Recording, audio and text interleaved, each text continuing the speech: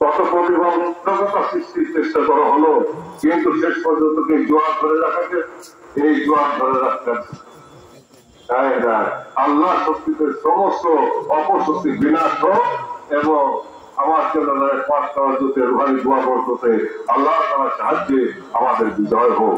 Zaker party বিজয় হোক, বিজয় হোক প্রেমের, বিজয় হোক মহব্বতের, বিজয় হোক ঐক্যের, বিজয় হোক ভালোবাসা, বিজয় হোক মানবতা, বিজয় হোক দেশের বাঙালি মুসলমানদের, বিজয় হোক অন্যান্য নিরীহ সকল জাতি সত্তার মানুষের।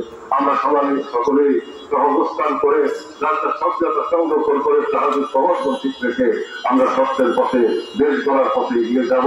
শেষ বিশ্বাস পর্যন্ত আমাদের সংগ্রাম অব্যাহত থাকবে।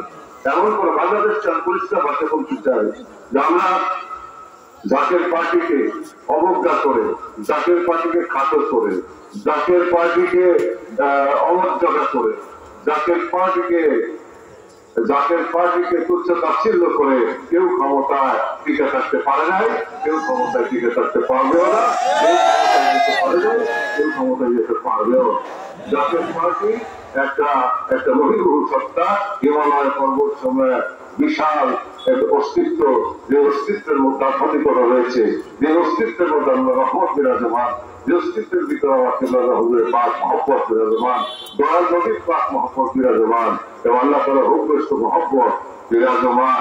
অতএব এই বহির্ভূত সত্তাকে ধ্বংস করার ক্ষমতা কারো নাই, অবজ্ঞা করার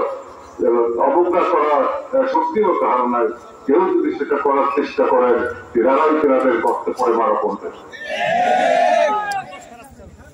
আমি পরিষ্কার করে বলি, জাকের পার্টি সত্তাশ্রয়ীদের দল, আদর বুদ্ধি মহব্বত সাহস এবং খেদমত, এই আদর্শের প্রতিষ্ঠিত এক একটি প্রস্ফুটিত গোলাপের যে বিশাল মালা, কোটি কোটি গোলাপের মালা, এই জাকের পার্টি সেই গোলাপ ফুলের বাগানকে কেউ ধ্বংস করতে পারবে না, আল্লাহর রহমতের বাগানকে কেউ ধ্বংস করতে পারবে না।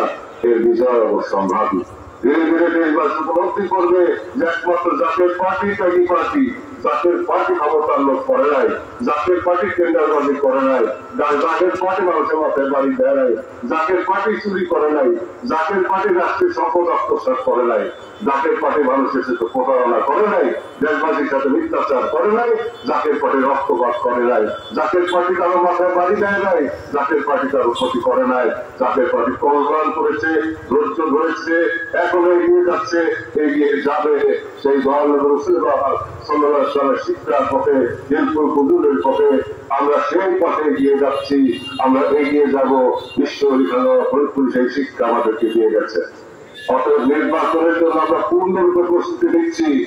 আগামী 20 তারিখ থেকে অব্যাহত ভাবে প্রতিটি ইউনিয়নে এবং মহানগর পৌরসভা সমূহের প্রতিটি ওয়ার্ডে যে জনসভা অনুষ্ঠিত হবে এবং পরবর্তীতে এবং পরবর্তীতে জিয়ারত করে তবারক বিতরণ হবে, র্যালি হবে, প্রতিটি ইউনিয়নে র্যালি হবে এবং তারপর তবারক বিতরণ হবে। তবারক কে সবাই র্যালি করবে, র্যালি করে বিধান গ্রহণ করবেন। এইটা আমাদের ধ্বনি প্রতিধ্বনিত হবে। আমরা সত্যের গান গাইব, সত্যের গীত পরিবেশন করবো, মানবতার বার্তা প্রত্যেক ঘরে ঘরে পৌঁছে দিব। ইসলামের শাশ্বত ভয়াবহ শিক্ষা সবাইকে উদ্ভাসিত করবো, সবাইকে বুকে নেব, সবাইকে ভালোবাসবো, সবাইকে ঐক্যের পথে নিয়ে আসবো। সেই পথ ধরে ইনশাআল্লাহ আমি বিশ্বাসী এই দেশের মানুষ নিকট ভবিষ্যতে যাতে পার্টি থেকে ঘুরে যাবে। নির্বাচন যদি আমি বিশ্বাস করি এবং সেটা যদি নিরপেক্ষ নির্বাচন হয়, প্রকৃত নির্বাচন হয়, কারণ 54 বছরের স্বাধীনতার পর আমরা কোনো নির্বাচন দেখি নাই, একটা নির্বাচনও সঠিক হয় না। যদি সঠিক নির্বাচন হয় তাহলে জনতার ভোটের জোয়ার তাকে পার্টির উপরে পড়বে, গোলাপ ফুলের উপরে ভোটের জোয়ার আসবে, ভোটের বৃষ্টি হবে ইনশাআল্লাহ। অন্য কোন দল আমাদের সামনে দাঁড়াতে পারবে না। বিপুল ভোটে জাকের পার্টি জয়লাভ করবে, এটি আমার প্রত্যাশা। মানুষ ভোট দিতে পারে না 54 বছর।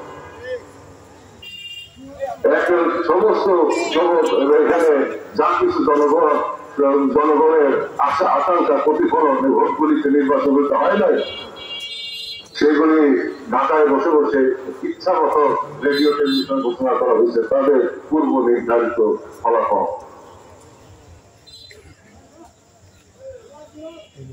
তাই আমার প্রান্তীয় ভাই বোনেরা, আমি আপনাদেরকে জানিয়ে রাখলাম আগামী 20 সেপ্টেম্বর শনিবার থেকে শুরু করে 31 অক্টোবর পর্যন্ত অব্যাহতভাবে দেশব্যাপী প্রতিটি ইউনিয়নে, প্রতিটি পৌরসভা এবং মহানগর সভার ওয়ার্ডে জনসভা অনুষ্ঠিত হবে এবং পরবর্তীতে মিলাদ মাহফিল হবে, রওজাপাক জিয়ারত হবে, র্যালি হবে এবং তবারক বিতরণ হবে।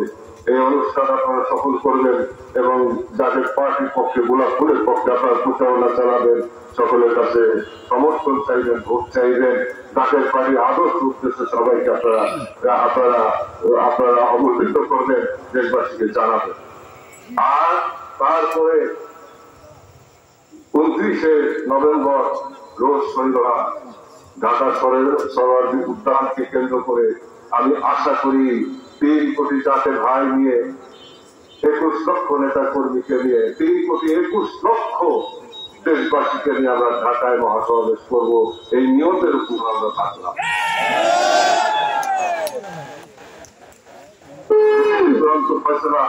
যদি আল্লাহ চায় আমার চৌরাদারের আল্লাহর কাছে দরখাস্ত করেন, আল্লাহ আমার চৌরাদার রুহানি দোয়া যদি থাকে, আল্লাহ তাআলা তৌলিয়াত যদি থাকে, তাহলে সেদিকে হয়তো ফয়সালা এই দেশবাসী লক্ষ্য করবে, দেশবাসী প্রত্যক্ষ করবে। দেশের মানুষের সমর্থন কোন দিকে প্রমাণিত হবে। সত্য বেশি দিন ঢেকে রাখা যায় না, আকাশের চাঁদকে মেঘ বেশি দিন ঢেকে রাখতে পারে না।